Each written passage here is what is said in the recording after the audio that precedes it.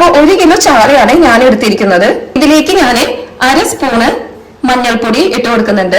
ഇനി ഇതിലേക്ക് 3/4 table spoon എരിവുള്ള മുളക് പൊടിയാണ് ഞാൻ ഇട്ട് കൊടുക്കുന്നത്. ഇനി നമുക്ക് കാശ്മീരി മുളക് പൊടി 1/2 സ്പൂണ് ഇട്ട് കൊടുക്കാം. അടുത്തതായി 1/2 ടേബിൾ സ്പൂൺ മല്ലിപ്പൊടിയാണ് ഇട്ട് കൊടുക്കുന്നത്. നമുക്ക് ആവശ്യത്തിന് ഉപ്പ് ഇട്ട് കൊടുക്കാം. ഇതിലേക്ക് ഞാൻ ഒരു 5 ചുവന്നുള്ളി ചതച്ചത് ഇട്ട് കൊടുക്കുന്നുണ്ട്. ഇഞ്ചി ചതച്ചത് 1 സ്പൂൺ ഇട്ട് കൊടുക്കാം. 2 പച്ചമുളക് കീറിയത് ഇട്ട് കൊടുക്കുന്നുണ്ട്. കുറച്ച് കറിവേപ്പില ഇട്ട് കൊടുക്കാം. അപ്പൊ ചെറിയൊരു മാങ്ങയാണ് കേട്ടോ ഞാൻ എടുത്തത്, അത് ഞാൻ കട്ട് ചെയ്തത് ഇട്ട് കൊടുക്കുന്നുണ്ട്. ഒരു 3 കഷ്ണം കൊടപ്പുളി വെള്ളത്തില് കുറച്ച് നേരം ഇട്ട് വെച്ചിട്ടുണ്ടായിരുന്നു, അത് ഇതിലേക്ക് ഒഴിച്ചു കൊടുക്കാം. ഇനി ഇതിലേക്ക് കുറച്ച് വെളിച്ചെണ്ണ ഞാൻ ഒഴിച്ചു കൊടുക്കുന്നുണ്ട്. ഇനി നമുക്ക് ഇതെല്ലാം കൂടിയിട്ട് കൈകൊണ്ട് ഒന്ന് മിക്സ് ചെയ്ത് കൊടുക്കാം.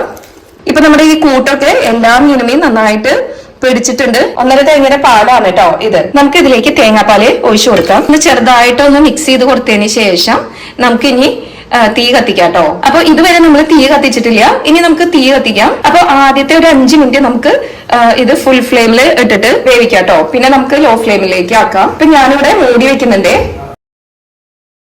അപ്പൊ ഈ കറിക്ക് ഇച്ചിരി കട്ടി കിട്ടാൻ വേണ്ടിയിട്ട് ഞാൻ ഒരു കൈപ്പിടി തേങ്ങ ചെറിയത് എടുത്തിട്ടുണ്ട്. പിന്നെ നമുക്ക് ഇതിലേക്ക് ഒരു 1/4 സ്പൂണ് കശകശിയാണ് വേണ്ടത്, അത് ഞാൻ ഇട്ട് കൊടുക്കുന്നുണ്ട്. ഇനി നല്ല ഫൈൻ പേസ്റ്റ് ആയിട്ട് നമുക്കിത് അരച്ചെടുത്തിട്ട് വരാം. അപ്പൊ നമ്മുടെ കറി ഇവിടെ തിളച്ച് തുടങ്ങിയിട്ടുണ്ട്. ഇപ്പൊ നമ്മുടെ ചാളക്കറിക്ക് കുറച്ച് കട്ടി കിട്ടാൻ വേണ്ടിയിട്ട് നമ്മൾ അരച്ചു വെച്ചിട്ടുള്ള അരപ്പ് ഞാൻ ഇതിലേക്ക് ചേർക്കുന്നുണ്ട്. നമുക്കതൊന്ന് മിക്സ് ചെയ്ത് കൊടുക്കാം അതിലേക്ക്. ഇനി ഇത് അധികം തിളയ്ക്കേണ്ട ആവശ്യമില്ല. 1-2 തള വരുമ്പോൾ നമുക്ക് ഫ്ലെയിം ഓഫ് ആക്കാം. കറിയിലേക്ക് താളിച്ചൊഴിക്കാൻ വേണ്ടിയിട്ട് ഞാനിവിടെ ചെറിയൊരു പാൻ വെച്ചിട്ടുണ്ട്. അപ്പൊ നമ്മുടെ ഈ പാൻ ചൂടായതിനു ശേഷം നമുക്ക് ഇതിലേക്ക് വെളിച്ചെണ്ണ ഒഴിക്കാം കേട്ടോ. ഇപ്പൊ വെളിച്ചെണ്ണ ഇവിടെ ചൂടായിട്ടുണ്ട്. ഇനി നമുക്ക് കറിവേപ്പിലയും പിന്നെ ചുവന്നുള്ളിയും ഇട്ട് മൂപ്പിച്ചെടുക്കാം. ഇതിലേക്ക് കറിവേപ്പില ഇട്ട് കൊടുക്കാം.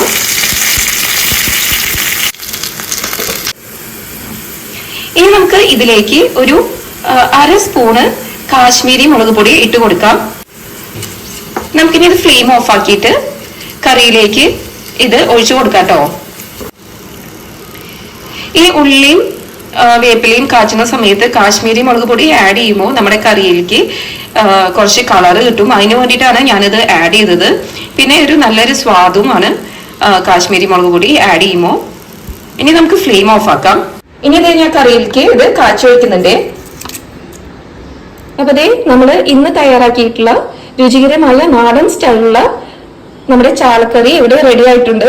ഈ വീഡിയോ നിങ്ങൾക്ക് ഇഷ്ടപ്പെട്ടുവെങ്കിൽ എന്റെ ഈ ചാനൽ ഒന്ന് സബ്സ്ക്രൈബ് ചെയ്ത് ലൈക്കും ഷെയറും സപ്പോർട്ടും ചെയ്യണേ.